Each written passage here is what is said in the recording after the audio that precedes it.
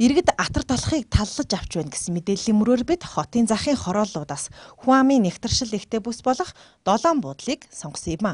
За энд ирэхэд талах таллан худалдаалаагүйг мэдсэн. Харин иргэд мөнгөгүй учраа 2-3-аараа нийлж талах авдаг болохыг олж мэдлээ. Энэ бол өнөөгийн нийгэмд иргэд хэр доройтож байгааг харуулах бодит жишээ гэж бодтол за махны томоохон захуудад хаасайгүй хайсан байдаг шулсан ясыг уутыг 1000 төгрөгөөр худалдаалж байхыг харсан юм. Энэхүү ясыг мах авч идэж чадахгүй байгаа иргэд авч чанаж шүл гаргаад будаа хайж иддэг гэсэн мэдээллийг борлуулж байсан эмэгтэй бидэнд хэлсэн юм. Махны нэг юуны нэг боловсруулсан тийм хоол байдаг юм байна. Бас нэг ногоотой шүл, будаатай шүл гэх пакет юу ингэж гарцсан, гялар ууттай гарсан. Тийм хоол моолнуудыг авч чадахгүй шүү дээ. 1500 авч чадахгүй шүү дээ. Тэгээ ийм хямын чи 1000 гэл тэгээд өчигдөрхөн энэ эмээгийн дэргэд нэг хүн нэг залуу бүр та би иддэг юм аа. Энэ хоолыг чи иддэг. Тэгээ та энэ хоолноос бүр гайгүй над нэг хоол хийж өчгөр гайгүй юм өгөөч. Сая энэ миний дэржээс эмээгээ тэгж яахгүй юу. Тэгэхээр болохгүй битгий гэд би өчигдөр энэ уутай хоол зарж энийг 500-аар аав, нэгийг 500-аар аав гэд тэр залууд 2 уутай хоол өгч явах. Тиймэрхүү байдал манд зөндөө байгаа. Үнэхээр амьдрал бүр дороотхын дээдээ дороотсон. Бид нэр ингэж суух бол бүр амьдрахын ирэх хэдэн хүүхдээ яаж тийж худал хийж чадах, хулгай хийж чадах. Яг одоо нөгөөдгөө буслагаал тэгээд бантан хийдэг юм уу, шар будаа хайдаг юм тэгж л хийж байгаа. Энийг одоо төр засаг өөрөө ирээд харахгүй нүдэрээ ерөөсө үзэх хэрэгтэй, мэдэрх хэрэгтэй шүү дээ. Дээгүүрээ нэг амар олон том хууль дүрм яриад биелж байгаа ч юм аахгүй.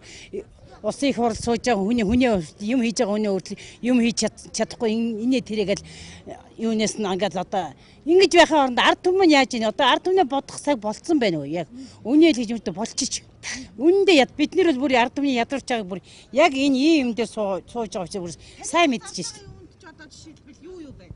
Энд бол зүгээр ерөөсө булчирхаа тэгээд янз бүрийн малын хаягдлал байгаа шүү дээ ерөөсө тэгээд нөгөө юу мөгөөрс шил ийм юм л байдгийг шүү дээ ерөөсөө.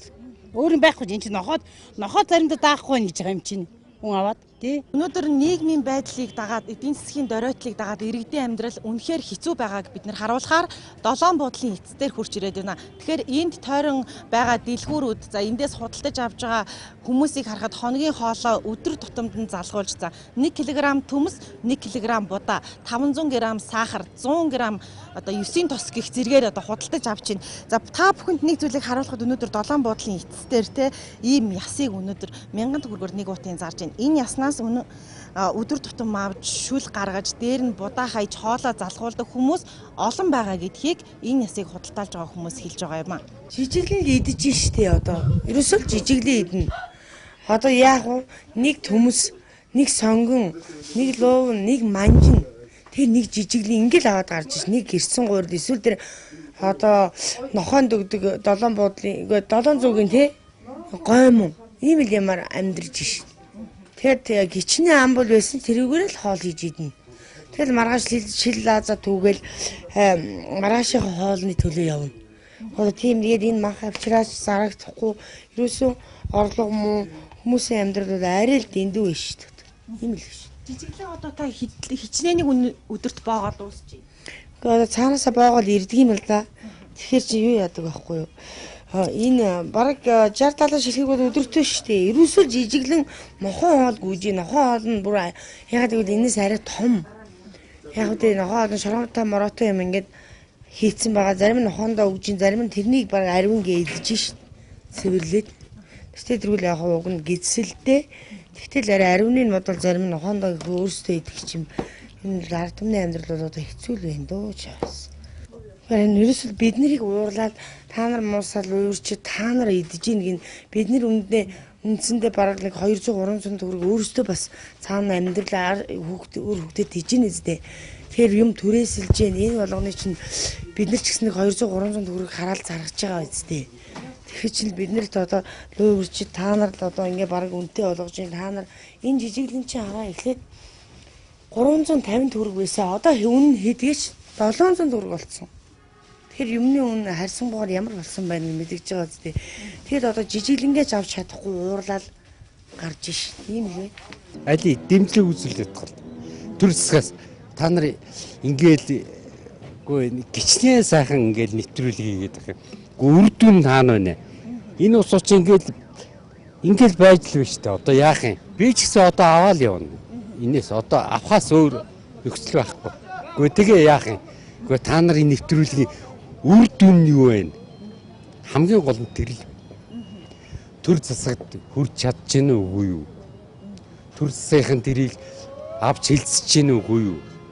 Яс худалдаалж байсан эмэгтэй ингэж хэллээгээд энэ хэвлэл мэдээллээр гарахаар маргаашнаас эхлэн биднийг мэргэжлийн хяналт цагдаагийн байгууллагаас худалдаа хийлгэхгүйгээд ирнэ. Гэхдээ бид хүмүүст нохоо хоол зарж байгаа. Харин иргэд өөрсдөө нохойд өгөх бус хоолндоо хэрэглэж байна гэж хэлж байсан юм а. За Дэнжин мянгийн махны зах дээр шулсан хоосон ясыг зүгээр л хайдаг байсан бол ийхүү уудалт зарж байгааг мэдээд яс түлхэхээ болсон байна. Бид цааш талхыг таллан зарж байгаа тухайд асууж сургалахад дараах хариултыг өглөө. 200 төгрөг өшөө би өсөж өглөө энүүнд өчгөлдөө гэдэг ингээ орлоод эдгэл аахгүй юу. Чин зүгээр наа чин зүгээр бодит амьдралаар хүн ашиг олох гэж хийж байгаа юм биш. Монгол хүн чинь бас нэг өрөв сэтгэл байдаг үстэй. Өрөв сэтгэл байдаг учраас жичирээд настангууд ч гэсэндээ өрөвдмөр байж тээ. Хөшүүн хүмүүс өлсөд энэ 200 төгрөгөнд өгчөж ихэр чи одоо нэг зарим үед бүтэн өгж байгаа нөө хүн чинь муудад сурч штэ. Өсөхийн тулд энэ над өгчдөг гэдэг ингээ очино. 2 хоног өгнө, 3 хоног өгнө. Тэр за бойлгээ заримдаа загнаа дарга таны дандаа өгдөг шүү дээ. Энэ өлсөндөө тэгж байгаа настай хүнд ихгүй үстэй. Тийм л байгаа шүү дээ. Бодож юм бол одоо.